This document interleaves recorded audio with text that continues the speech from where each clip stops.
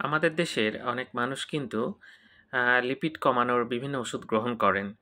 এদের মধ্যে স্ট্যাটিন জাতীয় ওষুধ খুব বেশি ব্যবহার করা হয়। বিশেষ করে আমাদের দেশে অ্যাটোরভাস্টেটিন এবং রোসুভাস্টেটিন এই ২ টা স্ট্যাটিন খুবই জনপ্রিয় এবং আমাদের বর্তমান যে খাদ্যাভ্যাস তার ফলে কিন্তু অনেক মানুষের মধ্যে দেখা যাচ্ছে রক্তে কোলেস্টেরল অনেক বেশি বেড়ে যাচ্ছে এবং এনাদের কিন্তু এই ওষুধগুলো খেতে হয়, নিয়মিতই খেতে হয়। এই ওষুধগুলো বেশ সহনীয় এবং আমরা যে ডোজে দিয়ে থাকি সেটাতে কিন্তু খুব বেশি সমস্যা হয় না এবং আমরা খুব কমই পাই।